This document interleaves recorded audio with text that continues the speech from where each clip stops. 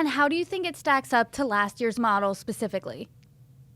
I think what's interesting is the iPhone 14 Pro and Pro Max are now significantly ahead of the iPhone 14 and iPhone 14 Plus. Not least, they've got a whole new processor that's very, very fast, whereas the iPhone 14 and iPhone 14 Plus have got a version of the processor that was used in the iPhone 13 series. And there is a school of thought that says you don't need the iPhone 14. You could just buy the iPhone 13 or the iPhone 13 mini, both of which are still on sale because the processor is almost the same. You don't get crash detection, you don't get satellite connectivity, and you also don't get the latest camera. The iPhone 14 doesn't have a 48 megapixel camera, but it does have an upgraded main camera as well. But it is certainly true that if you wanted to save money, the iPhone 13 is still a heck of a phone, and it's easier to get hold of.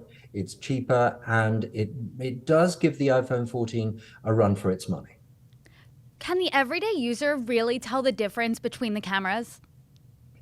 Um, I think that's a really good question. But actually, yes, I think so. In fact, I was looking at pictures taken on the iPhone 14 Pro, not mine, a friend's, and I was slightly blown away by how rich and detailed they were. Last year's were great, but this year's pictures look even better. The thing about Apple photography, it's not that their sensors are higher resolution than their rivals. That's not the case at all. But they have in their photography engineers people with amazingly good taste. So, and that really pays dividends. When they came out with their night mode, I talked to one of the main guys there, and he said, we're not trying to make night look like daytime. We're trying to take a photograph that when you look at it, it captures your memory of what it was like to be there at the time, because our eyes and our imagination help us to see it a little bit better than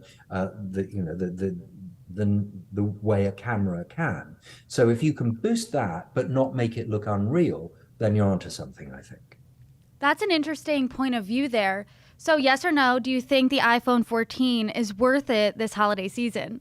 uh, yes, okay. I'll take that challenge. I would say yes. I think there's no doubt that you can find a cheaper phone than an iPhone. There's no, and indeed, you can find a cheaper phone than the iPhone 14 if you choose the iPhone 13, and you won't be disappointed. They have a lot in common: strong battery life, great cameras, and brilliant design. But I think, yes, the iPhone 14 edges it. There's always something nice to have the latest model. The colors are great. The deep purple on the iPhone 14 Pro and Pro Max is particularly attractive, I think. And I would definitely choose the iPhone 14 over the iPhone 13, yes. Got it. So let's say people take your review here and they go purchase themselves or a loved one the iPhone 14 this holiday season. What's it going to cost them? So if you want to buy the iPhone 14, you can expect to pay $799. At 100, $899 for the iPhone 14 Plus, which is identical except it's got a bigger screen and an even longer battery life. At another $100, $999, and you can get the highly coveted iPhone 14 Pro, and another $100 on top. 1099 is the iPhone 14 Pro Max. Those are all at the minimum storage levels, and so obviously you can pay even more if you want to go to a much higher storage, like 1 terabyte or something like that. But for most people, actually, the even the entry level storage is more than enough. David, every year we are faced with new updates from Apple. Do you think there is a sense of iPhone fatigue at all? Yes, I think not just iPhone fatigue, I think smartphone fatigue these days. Every year, as you say, all the major players, whether that's Samsung or Apple or Google, come out with a new machine, and it's better than last year. It's always better than last year. It's always the best they've ever made. And so it should be.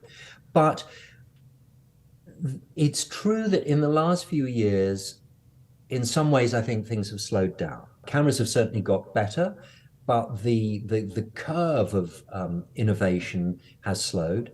And I think that's why Apple has gone to really quite groundbreaking new items like crash detection and SOS via satellite.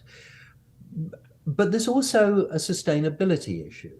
Apple makes a big thing of how recyclable its materials are, as do other manufacturers.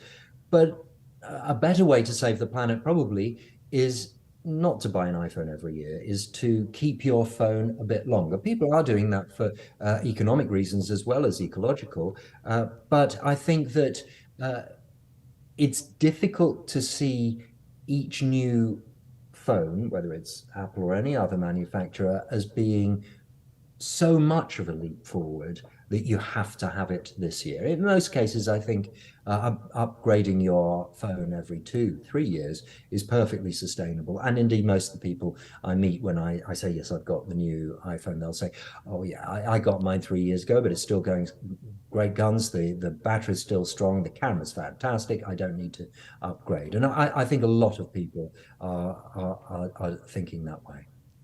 I'm definitely one of those people in that camp. Haven't updated, but now talking to you, I kind of feel like I want to. But let's look into the future a bit here. You covered the iPhone 15, which isn't even out yet, through some leaked reports. What did you find? Well, you never know at this stage of the year, because there are a lot of leaks and many of them turn out to be nonsense. But among the most interesting ones are, there's quite a niche one I'll start with. The Lightning connector that has been on every iPhone for a decade is about to be replaced by USB-C. I mean, you slightly think, so what? Well, that's because the European Union has encouraged this by making it law that by the end of 2024, or is it 2025? We'll see how long no, it's 24.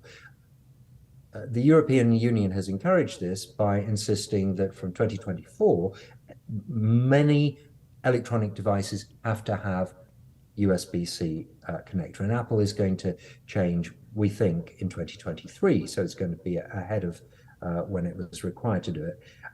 And the benefit of that will be considerable, because if you've got multiple devices at home, the likelihood is they're not all going to be Apple. Certainly, they're not all going to have Lightning connectors in them. And if you can just have one cable, USB-C cable, then that is going to be a big difference. Apple has resisted this because it feels that to be limited in this way hampers innovation. But they are going to go along with it, they have said. And I think that will be surprisingly quite a big update.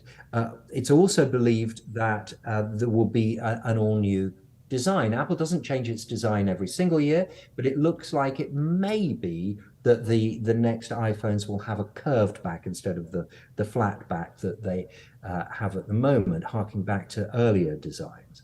And these are some of the things that we're expecting, along with the inevitable things: an improvement in camera, an improvement in the speed of the processor, and so on. David, one cable certainly sounds good to me. Thank you so much for joining me and sharing all your insights. My pleasure.